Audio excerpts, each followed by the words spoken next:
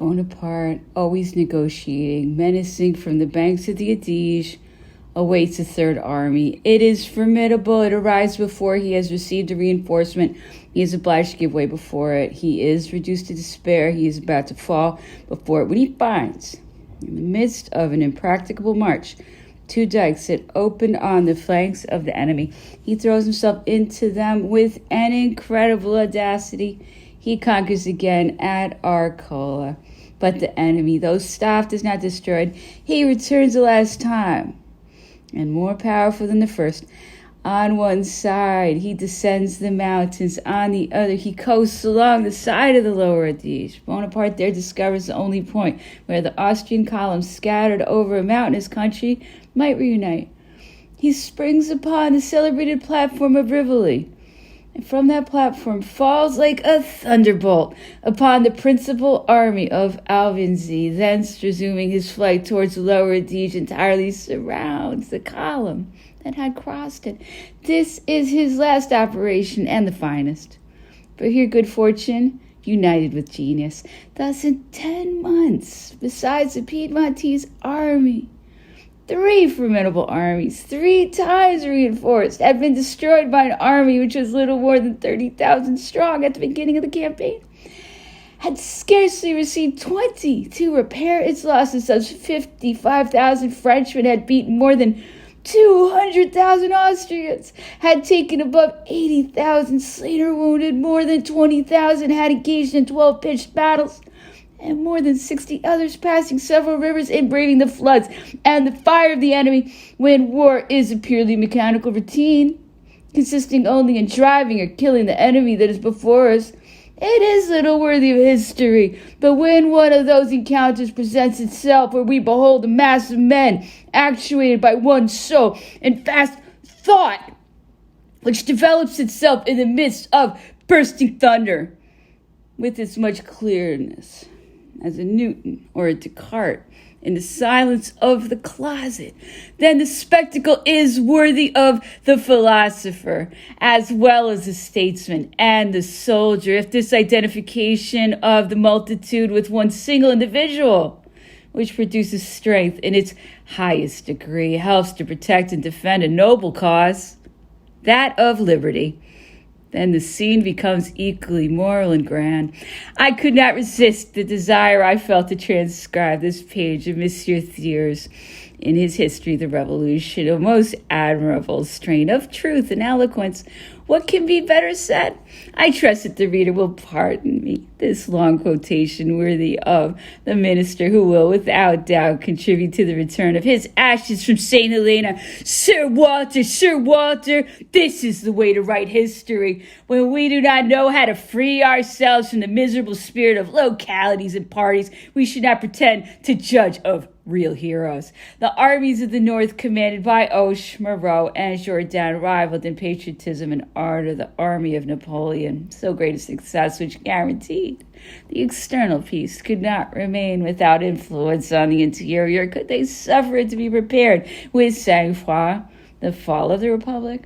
Was it for our enemies that the armies had triumphed? It was in vain that the Directory had at first repressed with a firm hand the Jacobin conspiracy of Babeuf and the Royalist conspiracy of Brottier. The embarrassment of the finances, still overburdened by assignats and territorial mandates of no value, incessantly presented fresh obstacles. The Jacobins did not dare to complain after our victories, and above all, after the establishment of the republics in Italy, the national glory which even then, in auspicious days of their blood-stained errors, never ceased to cause those ardent hearts to palpitate, had momentarily suspended their opposition. But these victories, these new republics, only exasperated the foreign factions, which ably profited by the embarrassment of the finances, and to so great a degree that the Directory, although victorious externally, was upon the brink of its fall. The terrible lesson of Vendemiaire appeared to be forgotten by the royalists of Paris and Austria,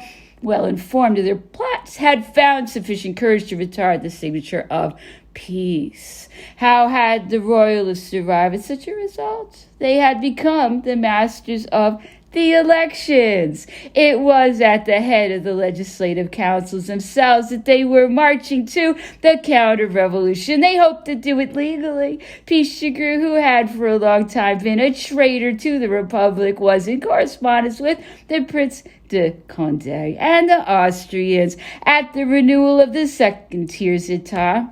He had been named to the Council of 500, elevated to the presidency of that council. He was certain of the support of the majority because the electoral body was composed in 1795, as it was in 1791, of proprietors only whose incomes equaled 100 days of work.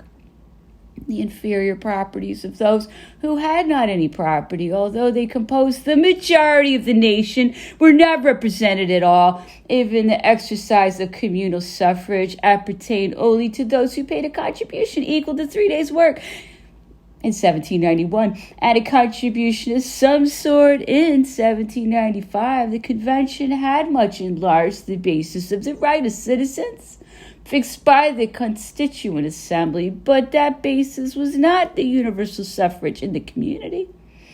There were still in France two distinct populations, one composed of inhabitants without any political rights, subject nevertheless to all duties, and the other composed of privileged citizens having solely the right of nominating the electors.